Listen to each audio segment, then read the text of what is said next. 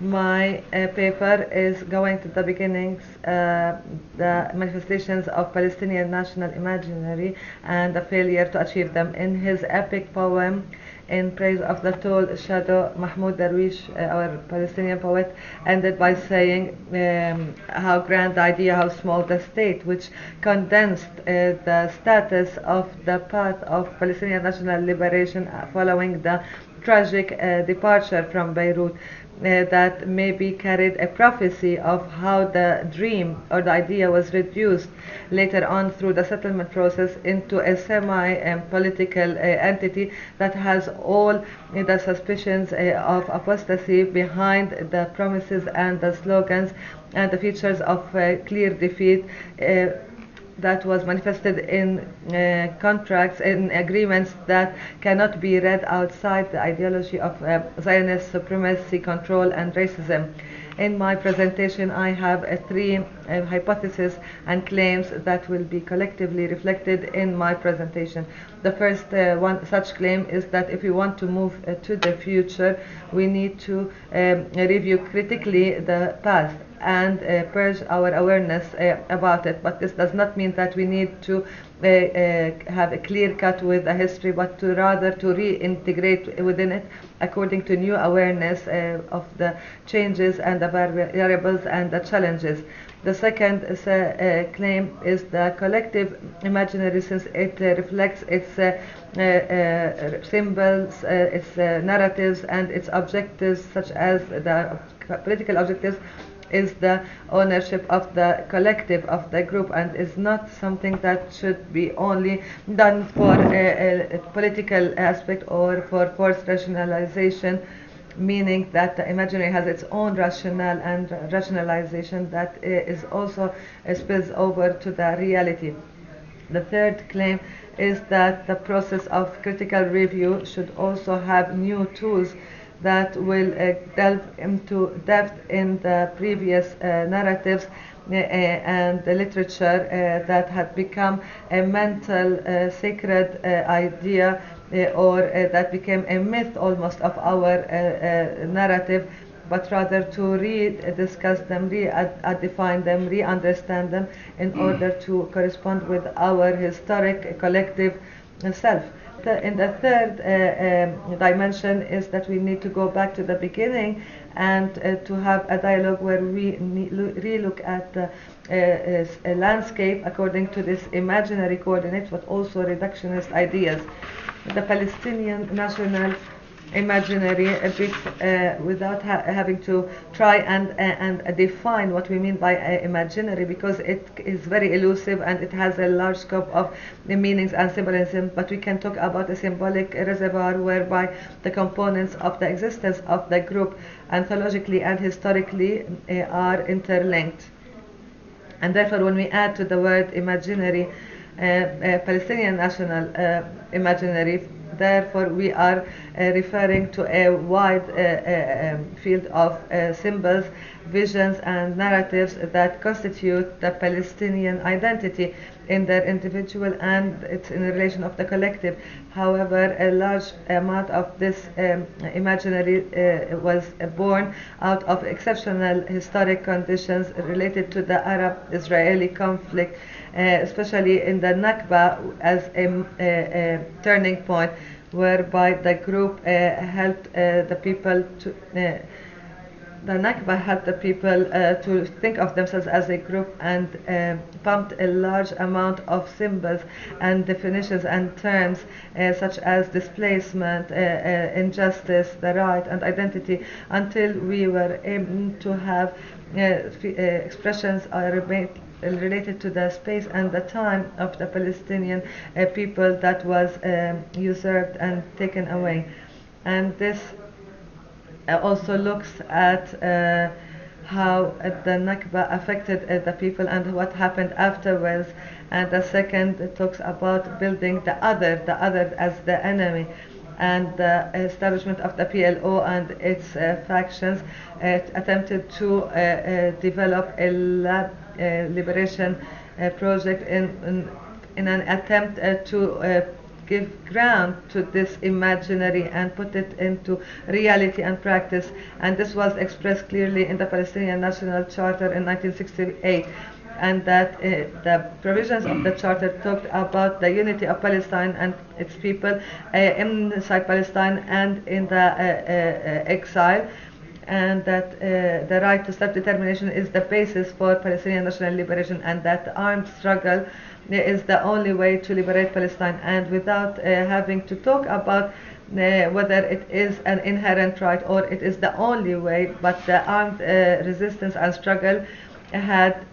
definitely haunted the enemy and its supporters. This is the first chart that put the first cornerstone for a Palestinian imaginary of a democratic secular state for all its citizens, in an attempt to answer the fate about the question about the fate of Jews in Palestine, despite the fact this could not have happened without fulfilling first the liberation task, which that liberating the Jews from their Zionist nature, that is an existence that objectively exclude the Palestinian existence. Therefore, the Charter reflects a part of the Palestinian imaginary in parts of it and the tools of its historic struggle to achieve and realize this existence. And this existence, the Palestinian existence, was an exclusion or as a counter narrative to the colonialization, and therefore it would lead to a Palestinian existence that is countering the Zionist existence, but it includes also a solution for the Jewish question, which was never an Arab or Palestinian question, but it was referred to it and put on that Palestinians to deal with. But this reading of the Palestinian National Charter is not might look as a utopia or a political fantasia, but this is it was imposed on us, for example, the Holocaust as the mirror of the other, and the ideology and the myths that were put on us by force on the geography and the history of the Palestinian Arab people, that and therefore any Palestinian liberation project should engage in a historical process that imposes on it to reposition itself within a larger project in order to achieve its objectives within a state of conflict against the core nature of the Zionist existence, which is an extension of colonialism and capitalism. Secondly, the failure of representation and the impasse of the Palestinian National Project. If we see that how the PLO had backed away from its original project, and that was reflected in the 1968 Charter, we can we can summarize three issues here. First, that there was a confusion between the strategies and the tactics of the National Liberation Project that was later presented as realpolitik or political pragmatism. And secondly, it is linked to the nature of the Arab official regime. And third is the larger international context in its official aspect, that is governments and international organizations, and the global meaning non-formal that the PLO and its factions did not give sufficient attention to. And here, and not to give justifications for why the PLO backed away from its initial project, but to put it within its context, there was the Palestinian acceptance of the UN resolutions and to establish a political entity on any piece of land that is liberated or where Israel withdraws, and this led to the accepting of the UN resolution 191, which is the partition plan. And it was only to give time to the Zionists to complete their occupation of the land. And the resolution 181,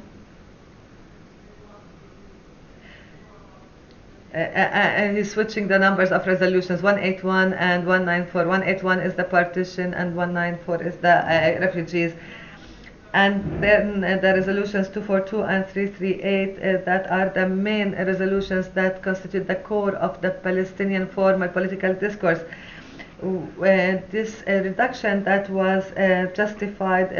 from a pragmatic point of view of the Palestinian national liberation that paved the way for engagement in political settlement since Madrid until we reached Oslo. This false awareness was masked by objectives and slogans that led to the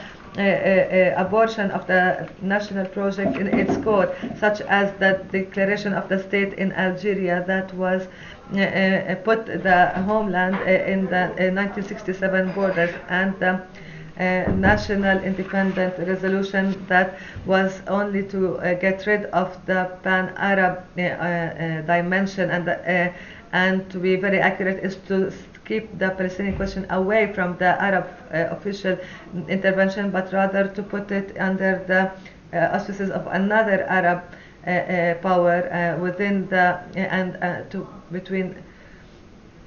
internal Arab conflicts. According to this, the Oslo Agreement was signed. That did not point to any, there was no reference to the right of Palestinians to self-determination nor to an independent state, while Palestine accepted unconditionally Israel's right to existence, and it postponed many of the important questions and led to that for us to give up on half of the Palestinian people in the 1948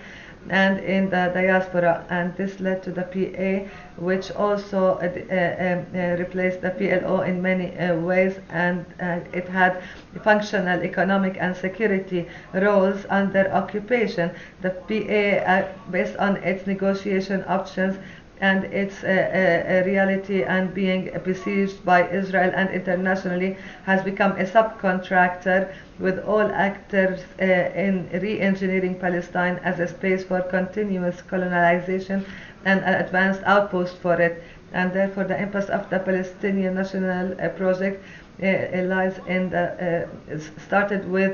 abandoning the idea of liberation and putting all the strategies and options of the Palestinians in the definition of the two-state solution, which was, from a Palestinian perspective, was the objective of the settlement process and the establishment of the PA.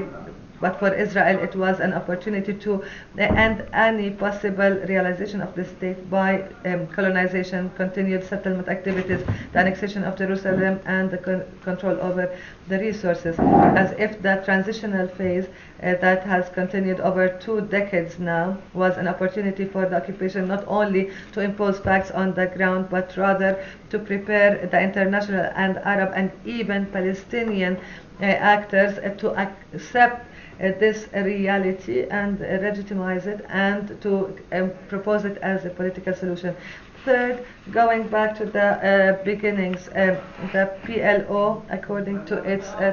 charter that we mentioned, summarized its program and objective in 3 condensed definitions: national unity, national mobilization, and liberation. The provisions of the charter were very clear in identifying the meaning of all these terms. National unity meant the unity of the Palestinian people wherever they are, whereas pan-Arab national mobilization talks about the reciprocal relation between the Palestinian question and the Arab national liberation, and placing Palestine within the framework of the Arab unity without wavering